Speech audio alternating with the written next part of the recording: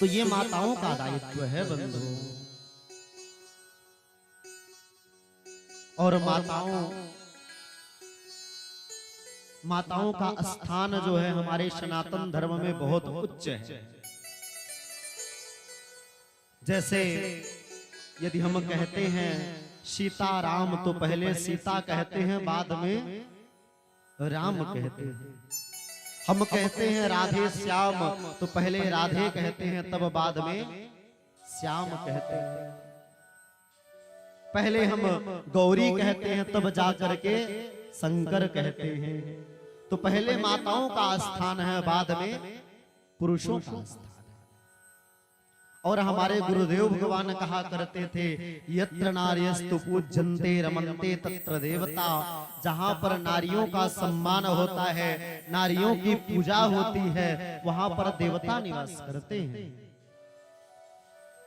और ये जो माताएं हैं ना, इनसे हमारे ना जाने कितने रिश्ते हैं। यही माता हमारी माता बन जाती है, यही माता हमारी पत्नी बन जाती है, यही माता हमारी बेटी बन जाती है, यही माता हमारी पुत्री बन जाती है, यही माता हमारी बहन बन जाती है, वही माता जो है हमारी मौसी बन जाती है, वही माता काकी बन जाती है, वही माता नानी बन जाती है।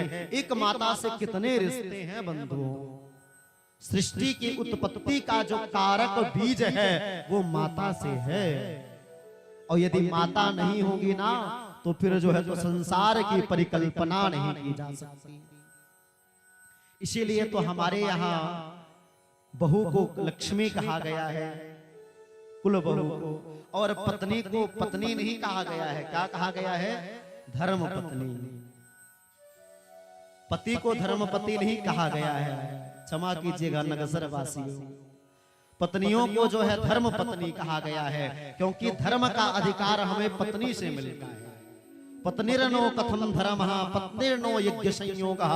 बिना पत्नी के कोई यज्ञ नहीं होता, बिना पत्नी के कोई पूजा नहीं होती, बिना पत्नी के कोई अनुष्ठान नहीं होता, जब तक पत्नी को अपने दक्षिण भाग पर विराजित ना कर लो। और एक बात बताता हूं, आप कोई भी पूजन करोगे, कोई भी पाठ करोगे, तो उसका आधा फल पत्नियों को बिना कुछ किए ही मिल जाता है। कुछ भी ना करे, पति ने यदि कोई पुण्य कार्य किया तो आधा फल जो है तो पत्नियों को प्राप्त हो गए। ये धर्म की प्रतिमूर्ति है, इनके बिना कोई यज्ञ नहीं होता। जब जगत का पिता जगदीश्वर पर ब्रह्म परमात्मा साक्षात ठाकुर जी भी, इस राम जी भी इस धराधाम पे आते हैं, तो सीता जी नहीं थी उस समय। जो है तो सीता जी का परित्याग हो गया था। ब्राह्मणों ने कहा अश्वमेध यज्ञ कराओगे भगवान, लेकिन सीता जी है नहीं, तो सीता जी को कहां से लाए? भगवान राम जी ने कहा कि अरे ब्राह्मण देवताओं, कोई व्यवस्था हो तो बता दो। ब्राह्मणों ने कहा अच्छा ठीक है, एक सोने की सीता जी को बनाओ और दक्षिण भाग पर विराजित कर लो। राम जी ने सोने की सीता बनाई और अपने दाहिने भाग पर विराजित करके अश्वमेध यज्ञ को प्रारंभ कर दिए। और जब शाम हो जाती, गोधूली बेला हो जाती, तो जो सोने की सीता थी उनको ब्राह्मणों को दान कर देते थे। और एक सीता नहीं बनाई, पहले के जो अश्वमेधादि यज्ञ हुआ करते थे तो वो 2-2, 3-3 साल तक चलते थे। ऐसे यज्ञ करने के लिए राम जी ने बहुत सारी सीता बनाई और बहुत सारी सीताओं को बना करके और शाम को ब्राह्मणों को दान दे देते। और जो सीता का दान किया वही सब सीता जो है तो जो राम जी की पत्नी सोने की सीता की प्रतिमूर्ति थी। तो जब भगवान राम जो है वो कौन बने? द्वापर युग में राम जी श्याम बन गए, लक्ष्मण जी बलराम बन गए। तब जाकर के वो जो सोने की सीता थी वो सब सोने की सीता गोपियां बन करके भगवान राधा रमण के साथ रमण करने लगी।